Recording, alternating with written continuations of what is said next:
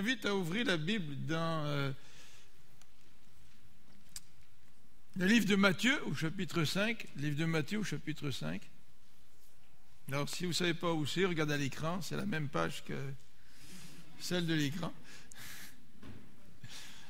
Là, tu sors tes lunettes, Georges, pour regarder la page. Donc, Matthieu chapitre 5. Et nous sommes rendus au verset 9. Au verset 9, chapitre 5.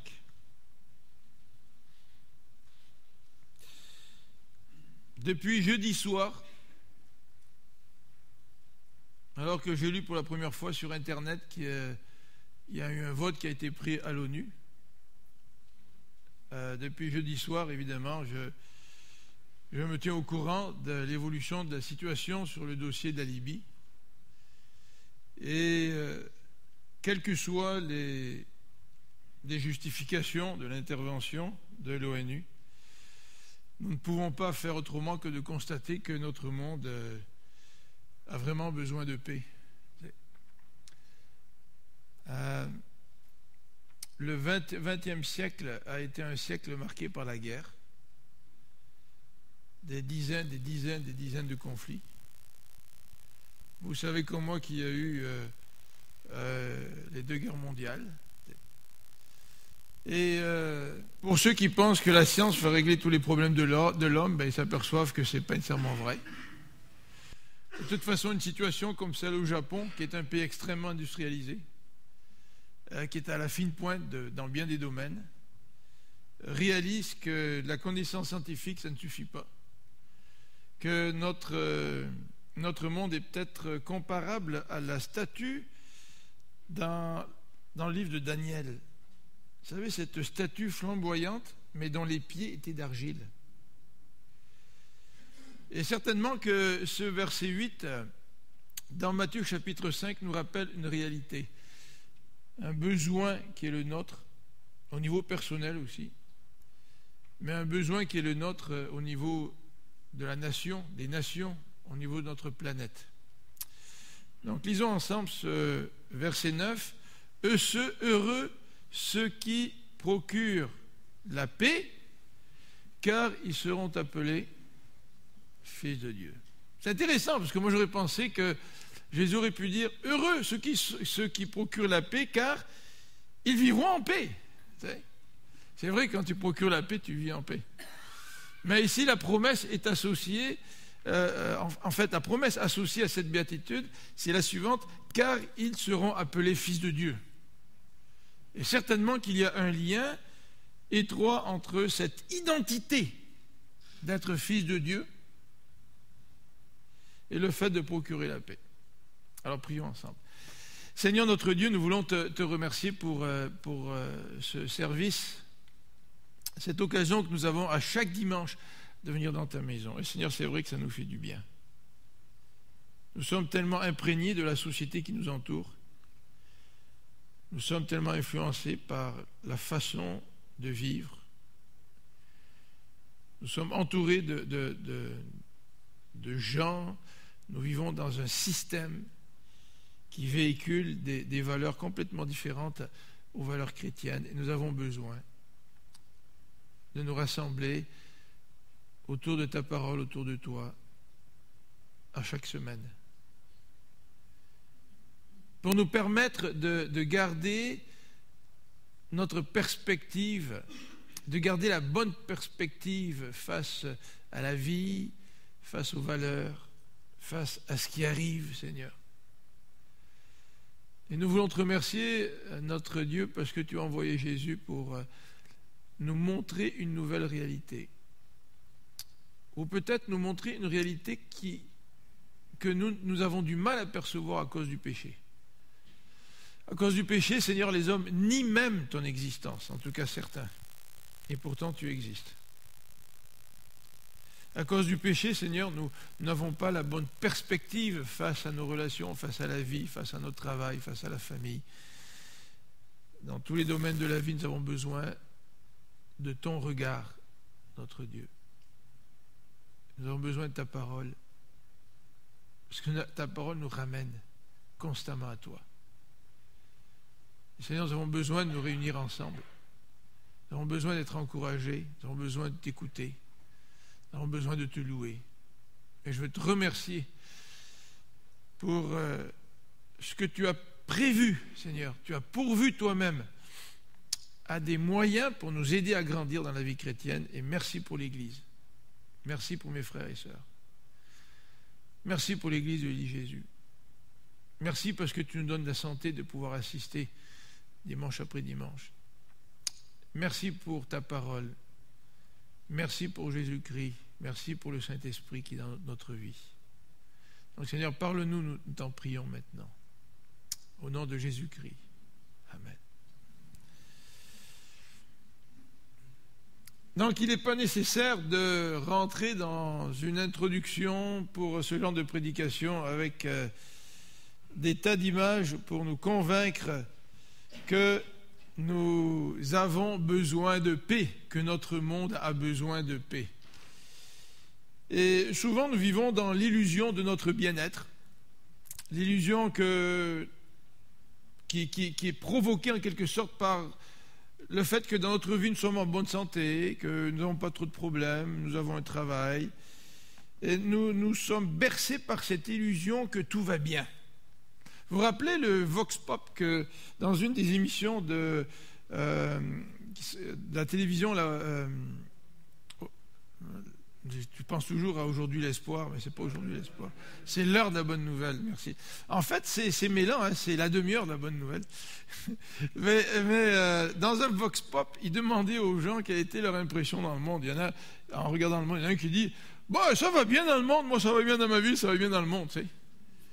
Et c'est vrai, nous sommes bercés par l'illusion quand ça va bien, parce qu'à un moment donné, on aura des problèmes nous aussi, puis là, quand ça va frapper, ça va frapper, tu sais, surtout si on vit dans l'illusion que tout va bien.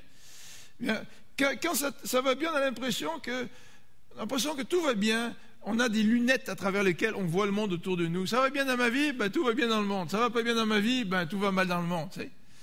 Et on a du mal à garder une bonne perspective. Mais Jésus a parlé à un peuple qui était envahi, un peuple qui souffrait depuis des siècles. La période intertestamentaire est marquée par des conflits. Et vous savez que même avant cette période de 400 ans, le peuple d'Israël a été profondément marqué par des conflits, que ce soit avec les Assyriens, que ce soit avec les Babyloniens. Ils ont connu l'exil. Ils ont connu donc l'oppression.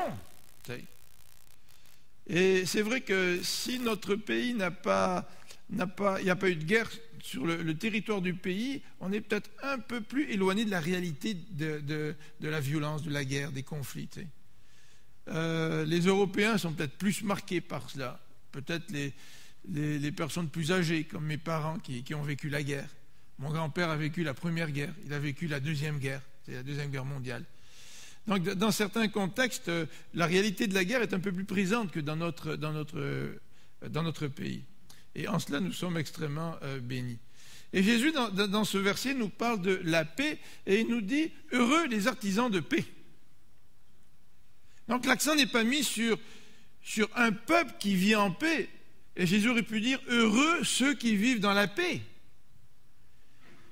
Et si Jésus avait dit ça, l'expression aurait été moins vivante.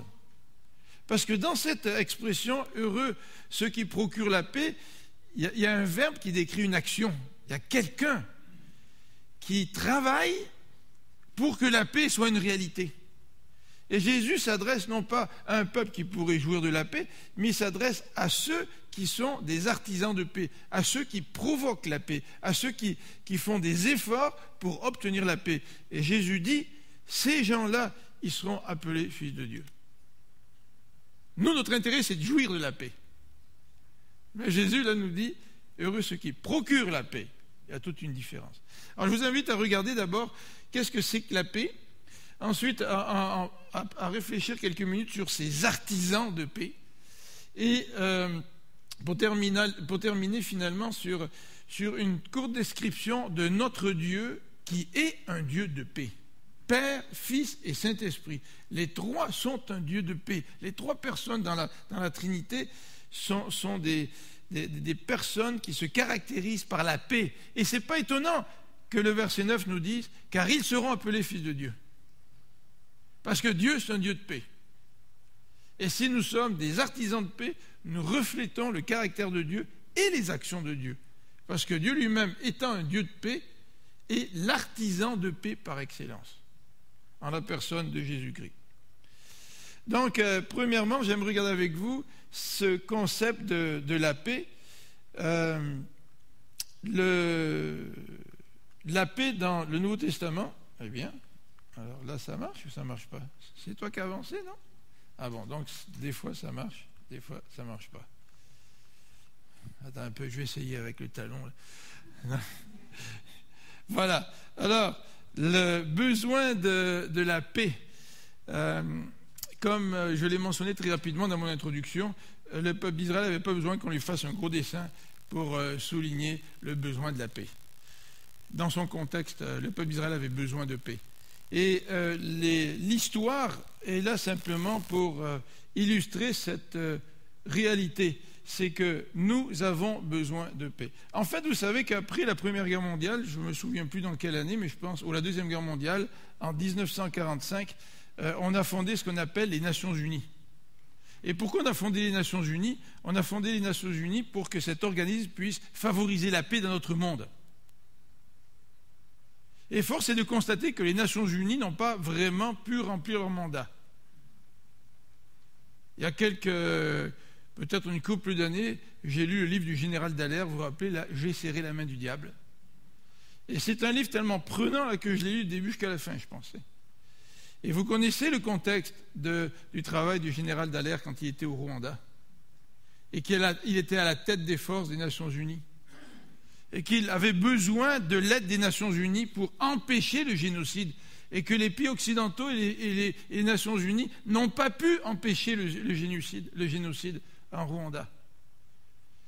Et les leçons de l'histoire sont là. Même les institutions mises en place par les hommes pour favoriser la paix, pour travailler à la paix, pour que l'homme puisse être un artisan de paix, ces institutions-là n'atteignent même pas cet objectif la plupart du temps. Il n'est pas simplement nécessaire de regarder la situation au niveau national ou international, mais dans tous les domaines, nous avons besoin de paix.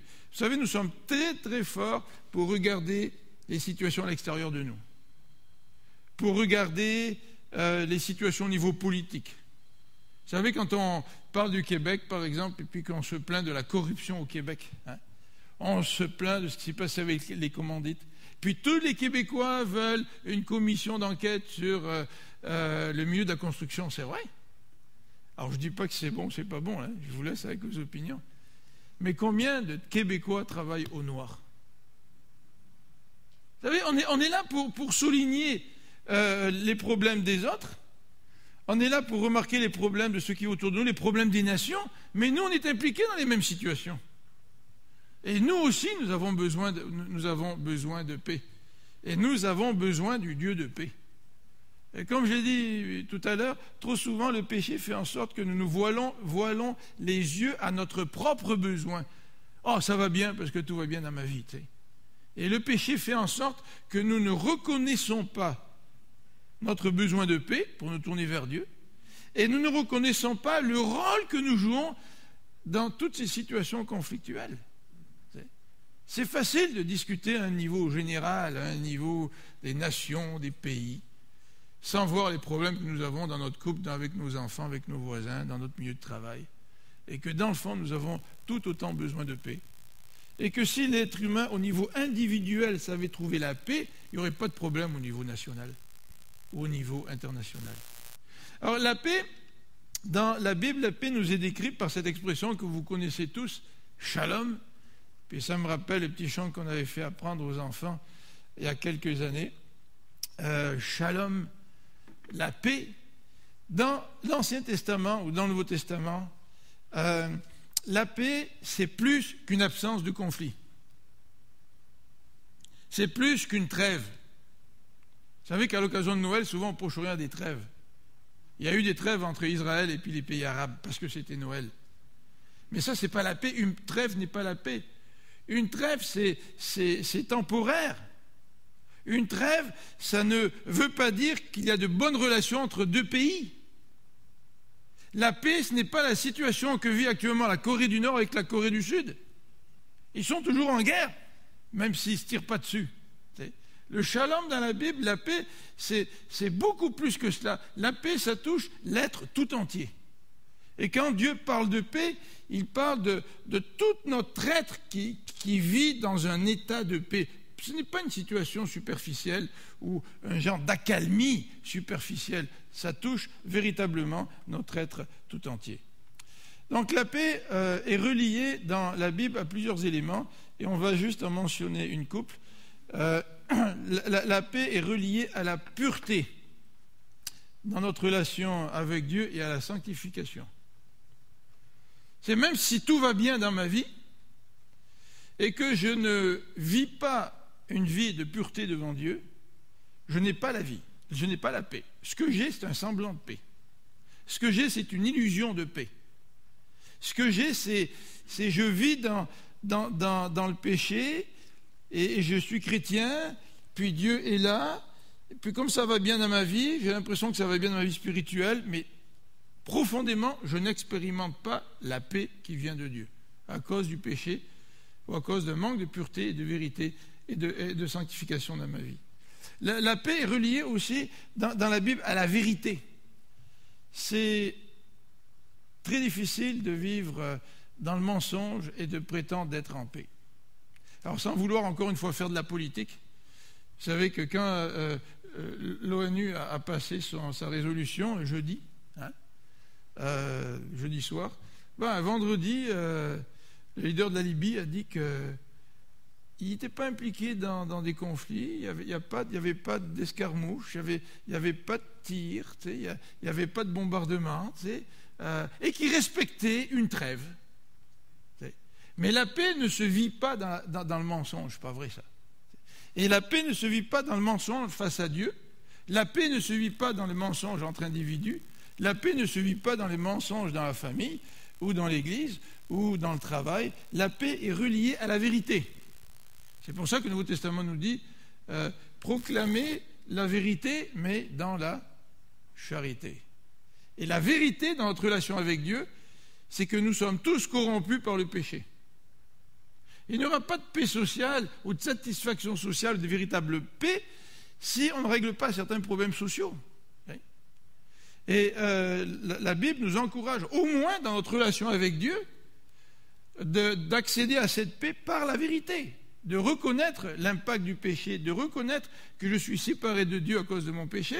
Et ces vérités-là font que je me tourne vers le Christ pour que lui pardonne mes péchés et me permette d'obtenir la paix. Il n'y a pas de paix sans vérité. Et je ne dis pas là qu'il faut se référer à la vérité avec un esprit de légaliste pour accuser les autres. Mais sans la vérité, il n'y a pas de paix. Et dans Ésaïe au chapitre 32, vous avez un beau verset qui nous souligne aussi que la paix est un cousin, si on peut dire en quelque sorte, de la justice. Et c'est vrai qu'il n'y a pas de paix sociale s'il n'y a pas de justice sociale. Et dans Ésaïe, chapitre 32, au verset 17, voici ce que nous dit le texte. Ésaïe 32, verset 17. L'œuvre de la justice sera la paix. Vous vous rendez compte? Il n'y a pas de paix sans justice. Il n'y a pas de justice sans vérité. L'œuvre de la justice sera la paix. Et le fruit de la justice, le repos et la sécurité pour toujours. Alors là, c'est un texte poétique et dans les poésies, il répète dans les parallélismes la même idée sous deux formes différentes. Alors le verset 17 nous dit, l'œuvre de la justice sera la paix, puis le fruit de la justice sera la paix, le repos et la sécurité pour toujours. Et c'est vrai que lorsque le Christ est mort à la croix et qu'il a pardonné nos péchés, c'est vrai que la justice de Dieu et la pénalité du péché, c'est Christ qui l'a porté à la croix. Et le fruit de cette justice qui a été publiquement, c'est un geste public, ce Christ qui est pendu à la croix. C'est un geste public, là. C'est une condamnation publique. C'est le Christ suspendu à la croix, c'est la manifestation de la justice de Dieu. Et le fruit de cette justice, c'est la paix pour nous. Si nous l'acceptons dans notre vie. Il n'y a pas de paix sans justice. Il n'y a pas de paix sans vérité. Il n'y a pas de paix sans pureté. Alors regardons maintenant un deuxième élément dans ce passage qui nous parle non seulement de la paix, mais des artisans de paix. Et l'original, il est formé avec le verbe faire. Alors, il n'est pas dit dans les béatitudes heureux les hommes en paix, mais vraiment heureux ceux qui font la paix. Puis procure la paix, c'est un mot dans l'original. Et ça met vraiment l'accent sur celui qui fait la paix. Il construit la paix. Alors Jésus parle de ces artisans de paix, puis moi j'aime bien l'expression artisan, parce que l'artisan, il fait quelque chose. Quand on pense de l'artisan, l'artisanat, c'est la personne qui construit quelque chose. Et l'image, elle est bien pratique, là. C'est quelqu'un qui construit la paix. Alors, les artisans de paix, ce n'est pas des gens qui laissent faire. Ce n'est pas la passivité. Vous savez, souvent on dit, le temps va arranger les choses. Donc si on veut vivre dans la paix, soulevons pas le bord du tapis parce qu'on va voir tout ce qu'il y a dessous. On préfère mettre la poussière en dessous, refermer le tapis, et puis là on pense qu'on est en paix. Et c'est vrai que certains ont dit que parfois, pour préparer la paix, il faut faire la guerre. C'est malheureux de dire ça. C'est vrai, c'est malheureux. C'est malheureux. Mais comme nous l'avons dit ce matin, comme je dis dans ma prière, le combat de l'être humain, c'est toujours de lutter contre la mort. On le voit dans notre vie. C'est de lutter contre ce qui dépérit. Si tu as une maison, tu le sais. Tu as changé tes fenêtres il y a 25 ans, mais il faut les changer 25 ans plus tard. Puis tu as peinturé ta maison il y a 5 ans, il va falloir la peinturer de nouveau. C'est comme si l'être humain est toujours engagé dans un combat pour lutter contre ce qui dépérit, contre la corruption. Et c'est un combat dans lequel nous sommes engagés à tous les niveaux de notre vie, même si on ne s'en rend pas compte. Et puis on aimerait bien être en paix. On aimerait bien qu'on soit notre maison, puis qu'elle soit toute finie, puis que tu n'aies plus de problème avec la tuyauterie, avec l'électricité, avec la peinture, avec le toit, quoi qui coule, ou je ne sais pas trop. Parce qu'on aimerait que tout ça soit bien établi, puis que ça dure pour toujours. Mais ce n'est pas vrai, on est dans un monde pécheur. Et dans ce monde pécheur, les choses se démolissent, les choses se corrompent, se détruisent. Et ça, c'est les conséquences du péché dans le monde. Puis on lutte contre ça, on lutte contre les problèmes sociaux. Je disais à Marie-France, dans la voiture, quand on commence à penser à tout ce qu'on lutte, c'est effrayant. C'est effrayant l'énergie que ça prend pour lutter contre le mal, contre la dégénérescence, contre la mort, contre les choses qui périssent. Tu regardes l'énergie que ça prend de prendre des coupables et de les mettre en prison puis de les entretenir pendant des années. L'énergie que ça prend pour restaurer le cœur de quelqu'un qui a été brisé, la victime. L'énergie que ça va prendre pour reconstruire une partie du Japon puis reconstruire Haïti. C'est incroyable l'énergie que ça prend. Et ça nous prend peut-être encore plus d'énergie à reconstruire que de créer quelque chose de nouveau, parce qu'on est dans un monde qui est pécheur. Et les artisans de paix, ce ne sont pas ceux qui pensent qu'il faut laisser faire et que les choses vont s'arranger tout seuls. Ce n'est pas vrai. Les artisans de paix, quand on est un artisan de paix, c'est un travail. C'est dur de travailler pour la paix. C'est dur d'œuvrer pour la paix. Ce n'est pas non plus la tolérance. Vous savez, dans nos milieux, là, surtout au XXIe siècle, il faut tout accepter, il faut tout tolérer. Puis de toute manière, c'est ta responsabilité, tu es autonome, je ne veux pas faire de l'ingérence. Non, règle ton problème tout seul. Comme on l'a dit tout à l'heure au niveau politique, c'est ce qu'on a fait au Rwanda, puis on a vu le résultat. Et il ne faut pas intervenir, c'est leur problème. Et souvent même, nous ne voulons pas, ou nous ne sommes pas des artisans de paix parce que nous ne voulons pas intervenir. Vous savez, c'est tout le problème de l'ONU cette semaine. Est-ce qu'on passe une résolution? Il y a un pays qui est souverain. On ne veut pas d'un point de vue philosophique, intervenir et porter atteinte à la souveraineté d'un pays. Par contre, il y a un problème qui se passe dans ce pays. Vous comprenez? Parfois, on est tiraillé là, entre ma responsabilité puis la responsabilité de l'autre, jusqu'où j'interviens, jusqu'où j'interviens pas. Et pour régler l'affaire, on est tolérant, on ne fait rien. Celui qui n'essaie rien n'aura rien, et celui qui n'essaie rien ne fait jamais d'erreur. Mais ça, ce n'est pas toujours vrai. Parce que, comme j'ai dit, au Rwanda, on n'a rien fait, mais on est aussi responsable de notre inaction. Donc les artisans de paix, ce sont des gens qui ne sont pas passifs, ce sont des gens qui ne tombent pas dans la tolérance, et ce sont des gens aussi qui ne célèbrent pas la paix à tout prix. Vous savez, dans un élan de faiblesse, là, on veut célébrer la paix à tout prix, puis on cède tout le temps devant ceux qui ont des aspirations maléfiques. On se dit, ça va peut-être se régler tout seul. Vous vous rappelez la Deuxième Guerre mondiale avec Hitler, là? Bon, écoute, il faut pas trop le bousculer, Hitler. Puis il faut la paix, il faut la paix. Mais lui, il veut la guerre, lui.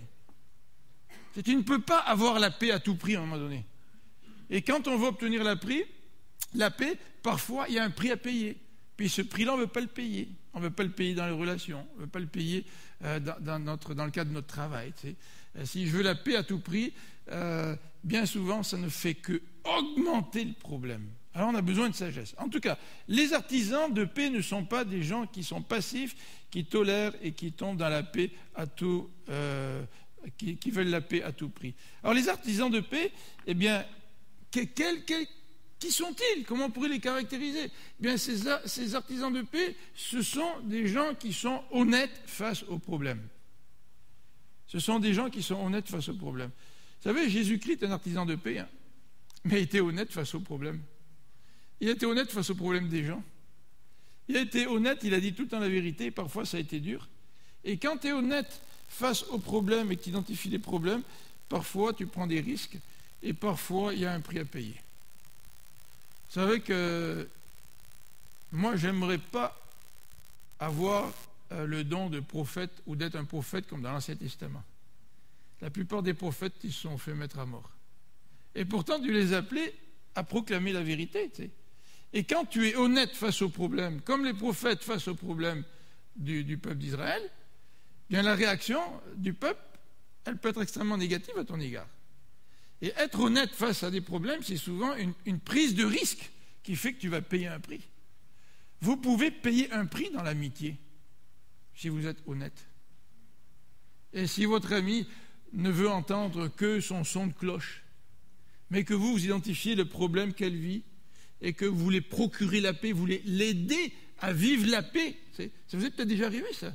Puis là, avec honnêteté, vous êtes venu voir un ami, puis cet ami même vous en a parlé du problème. Vous venez le voir, puis vous identifiez le problème. Puis là, vous voyez qu'avec une certaine crainte, bien sûr, parce que si vous n'êtes pas reçu, vous dites, est-ce que ma relation va dégénérer? Puis là, effectivement, la personne n'accepte pas votre opinion, n'accepte pas votre honnêteté. Mais parce que vous êtes un ami, vous acceptez de payer le prix. Vous savez ce que dit les proverbes? Les blessures d'un ami prouvent sa fidélité, mais les baisers d'un ennemi sont trompeurs.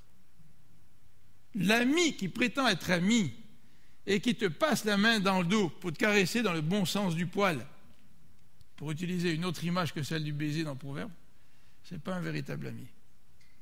Mais le véritable ami, c'est celui qui est prêt à accepter payer le prix, même s'il est honnête face aux difficultés. Et en cela, les artisans de paix, ce sont des combattants. Et en cela, en tant que chrétiens, si nous sommes des artisans de paix, nous sommes engagés dans des combats. Vous savez, souvent, en tant que chrétiens, nous voulons nous confiner dans cette illusion que les choses vont bien. Donc, quand les choses vont bien, nous n'intervenons pas. Pas de confrontation, pas de risque. Et pourtant, il y a des choses qui se passent autour de nous. Quand ton frère vit dans le péché, quand ton frère fait une erreur, quand tes amis, tes membres de ta famille, tes parents ont des comportements qui sont répréhensibles, c'est tout un combat des fois pour s'impliquer dans ça et de vouloir être des artisans de paix. Et les plus courageux, ce ne sont pas ceux qui disent rien, mais ce sont ceux qui acceptent le combat pour procurer la paix. Heureux, dit Jésus, les artisans de paix. Alors, qui sont ces artisans de paix? On vient de le définir. Ce sont des gens qui sont honnêtes, qui acceptent de prendre des risques, ce sont des combattants. Mais la question que nous pourrions nous poser, c'est comment devenir un artisan de paix? Parce que Jésus nous dit, heureux les artisans de paix. Alors, Seigneur, moi, je voudrais expérimenter cette bénédiction, cette joie qui est réservée pour les artisans de paix. Alors, comment devenir un artisan de paix?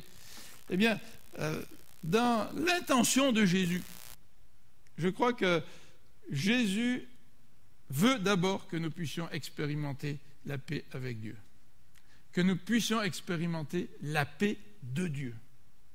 Tu sais, ce n'est pas juste la paix avec Dieu. C'est pas comme deux personnes qui ne s'entendent pas, puis là, ils expérimentent la paix. Mais c'est la paix aussi avec Dieu, mais c'est aussi la paix de Dieu. Ça veut dire que la paix de Dieu, c'est quelque chose que Dieu te donne.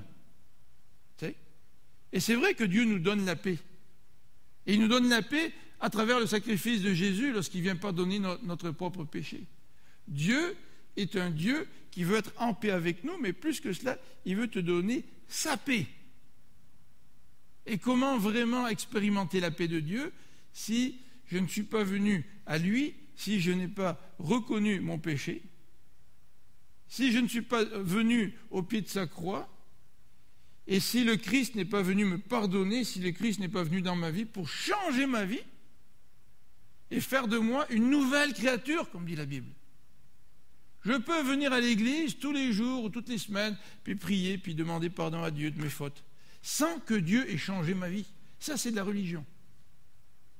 Et le christianisme, ce n'est pas une prise de conscience de mes fautes qui consiste à poser certains gestes, comme par exemple les indulgences. Il y a quelques siècles, tu as acheté des indulgences pour obtenir le pardon de Dieu, et les indulgences que tu as achetées servaient à bâtir la cathédrale. Tu sais. C'est-à-dire que je ne peux pas obtenir la paix de Dieu en donnant des offrandes à l'église. Je ne peux pas obtenir la paix de Dieu par d'autres actes religieux. Je vais servir, peut-être à la soupe populaire, ou peut-être je vais servir à l'église, ou je ne peux pas obtenir la paix de Dieu, même par mes prières, même en venant à Dieu en disant, tu vois, Seigneur, j'ai dit une mauvaise parole à quelqu'un, je te demande pardon. Fondamentalement, non, c'est pas ça.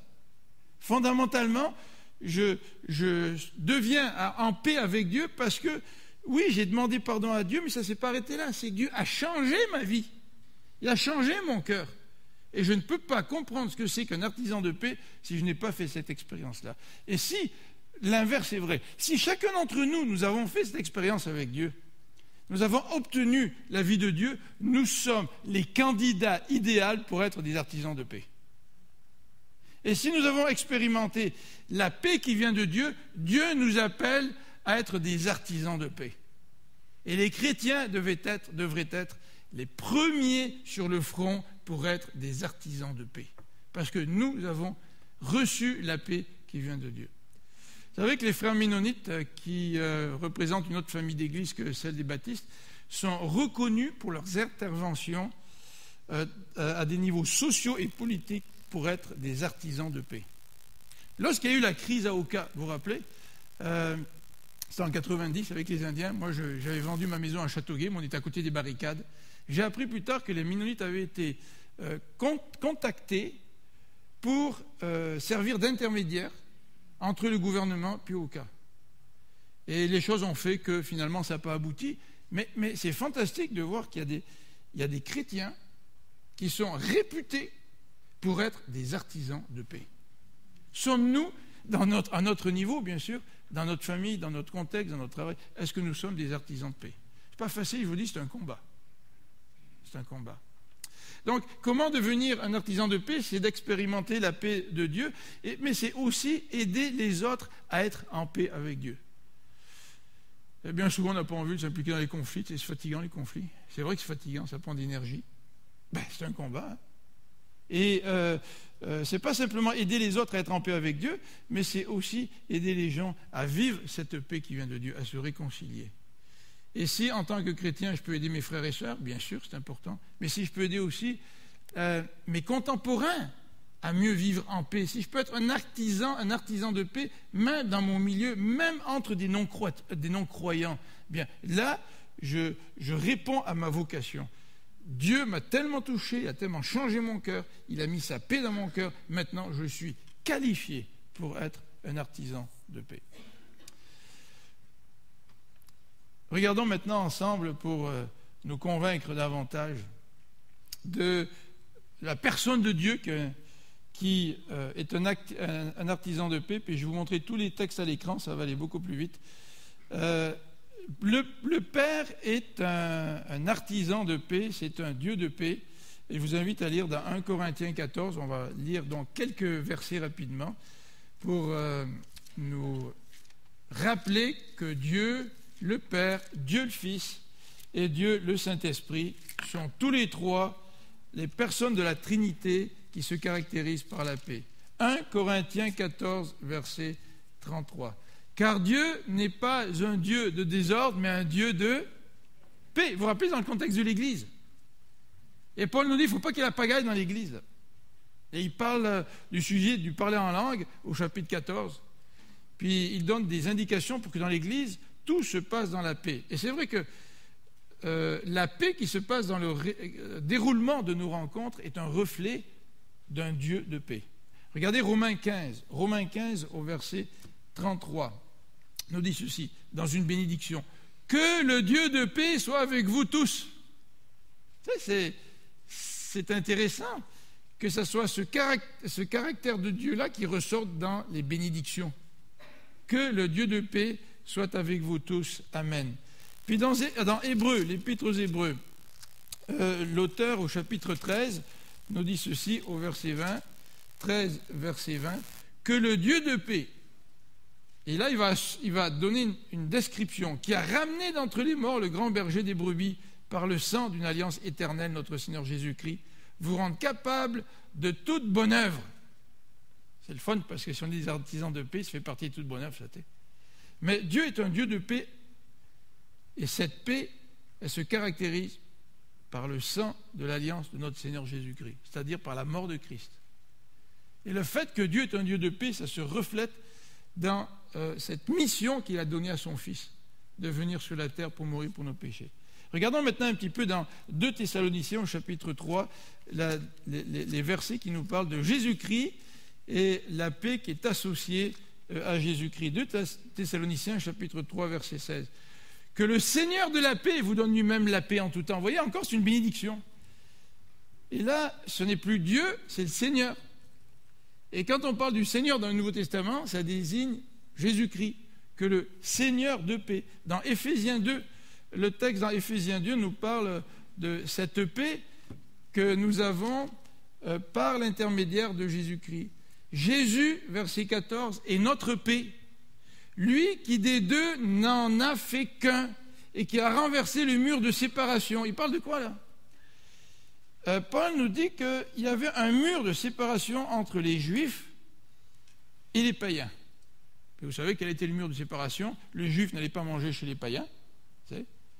Et le mur de séparation était tellement important qu'il a fallu que le Seigneur lui-même intervienne dans les Actes des Apôtres pour convaincre les Juifs que l'Évangile avait été prêché aux païens. Puis vous vous rappelez, même quand Pierre est revenu de cet épisode avec Corneille, Pierre était convaincu que Corneille était chrétien parce qu'il a eu la même expérience que lui, cette expérience décrite dans Acte 2. Et quand Pierre revient et fait un compte-rendu aux leaders de l'Église, eh ben, il leur dit, ils ont reçu le Saint-Esprit comme nous. Et malgré cela, c'était difficile pour les Juifs d'accepter la venue des païens dans l'Église. Et parmi l'Église primitive, il y a eu des conflits. Les Juifs, ils voulaient que les païens respectent les règles de nourriture, les fêtes, qu'ils se fassent circoncire.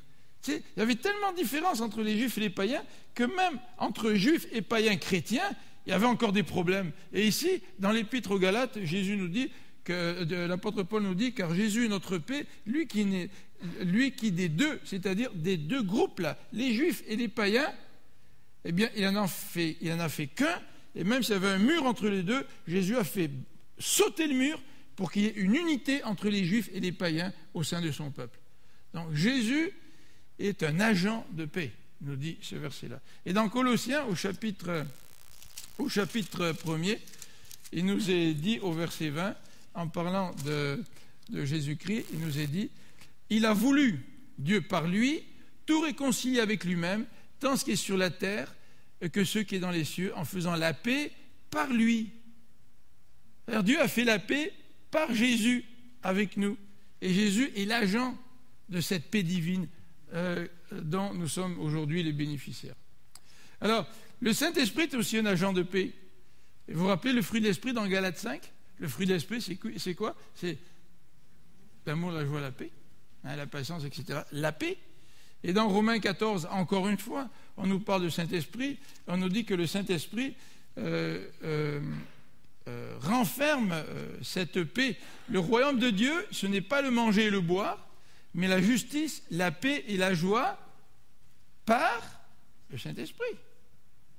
Alors, vous savez, les églises qui chicanent, qui sont en pleine division, puis qui prétendent être fidèles à Dieu, ils ne reflètent pas ce Saint-Esprit, ils ne reflètent pas le fruit de l'Esprit, qui est la paix. Et dans Éphésiens, vous avez une dernière référence que je vais sauter pour arriver à notre conclusion, donc dans Éphésiens au chapitre 4, verset 3. Donc, la conclusion de ce passage, c'est que les artisans de paix, c'est-à-dire ceux qui se battent pour instaurer la paix, bien Jésus dit à ces gens-là, vous êtes heureux car vous serez appelés fils de Dieu. Alors encore une fois ici, on a des expressions qui sont très très fortes. Littéralement, dans l'original, il est dit heureux ceux qui procurent la paix car eux, fils de Dieu, ils seront appelés. Voilà littéralement comment c'est traduit. Donc l'accent est encore une fois mis sur les artisans de paix. Eux, c'est-à-dire que les autres qui ne produisent pas la paix, les autres qui ne sont pas des artisans de paix, ces autres-là ne seront pas appelés fils de Dieu. Donc nous sommes appelés fils de Dieu. Donc si nous sommes appelés fils de Dieu, c'est que nous aussi nous sommes appelés à être des artisans de paix. Et l'accent là est mis sur le pronom, l'accent est mis sur fils de Dieu, hein, et l'accent est mis aussi sur le verbe qui est un verbe au passif. Quelqu'un va m'appeler fils de Dieu. Ce n'est pas moi qui me prends le titre de fils de Dieu. Ce titre va m'être donné. Il va m'être donné parce que je suis un artisan de paix.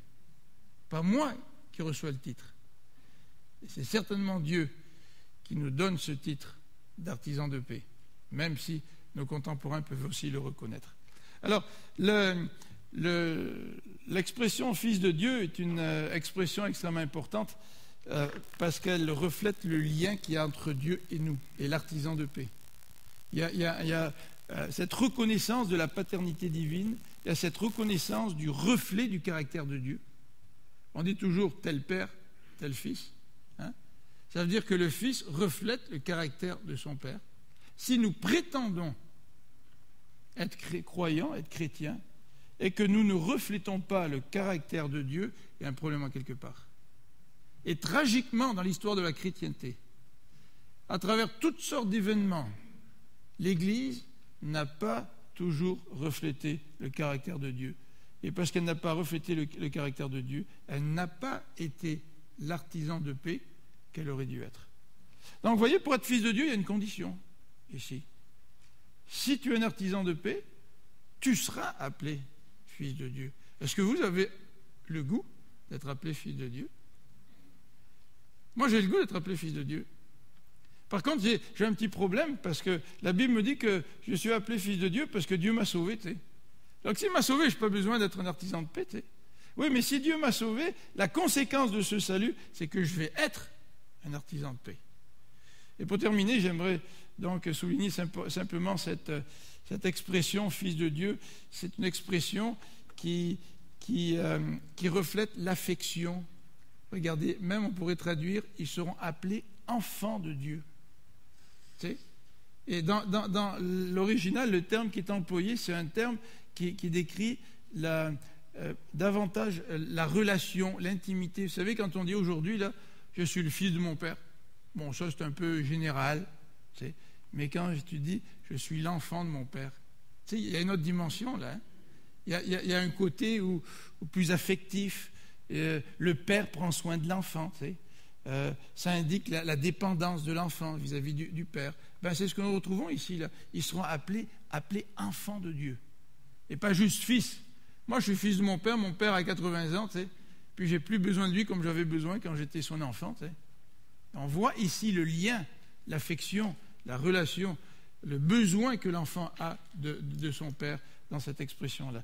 Donc le mot fils aussi, comme il est traduit ici dans nos Bibles, eh bien, souligne aussi la dignité, l'honneur. Vous savez que l'honneur du père rejaillit sur le fils. Vous avez certainement vu des expressions, entendu des expressions quand le fils vient puis il te dit moi là, mon père c'est le plus fort. Vous savez? Puis il est fier quand il dit mon père est plus fort que le tien, Vincent. Et puis il est fier parce que l'honneur du père rejaillit sur le fils. Et le fils se nourrit de l'honneur du père, que l'honneur que le père a autour de lui. Nous sommes enfants de Dieu. Et le Seigneur nous appelle à être des artisans de paix. Sommes-nous des artisans de paix? Alors, je ne peux pas devenir un artisan de paix par moi-même. Est-ce que vous pouvez? Même si vous êtes chrétien, est-ce que vous pouvez prendre ce que Dieu dit là dans les béatitudes puis les appliquer là comme ça là en disant moi je peux parce que je suis chrétien? C'est pas vrai. Et vous rappelez que Jésus, dans le contexte du sermon sur la montagne, il dit repentez-vous car le royaume des cieux est proche. Et quand je lis ça, quand nous lisons ça, quand Jésus nous dit heureux ceux qui procurent la paix car ils sont appelés fils de Dieu, est-ce que ça ne produit pas dans notre cœur cette constatation que nous ne sommes pas des artisans de paix alors que nous devrions? Et est-ce que ça ne nous pousse pas à nous repentir devant le Seigneur en disant Seigneur, pardonne-nous parce que je ne suis pas un artisan de paix. Pardonne-moi parce que je ne te reflète pas, toi, le Dieu de paix. Pardonne-moi, Seigneur, parce que je ne me préoccupe pas des conflits ou des guerres ou des situations où je pourrais intervenir pour aider et je pourrais être une lumière dans ce monde. Prions ensemble.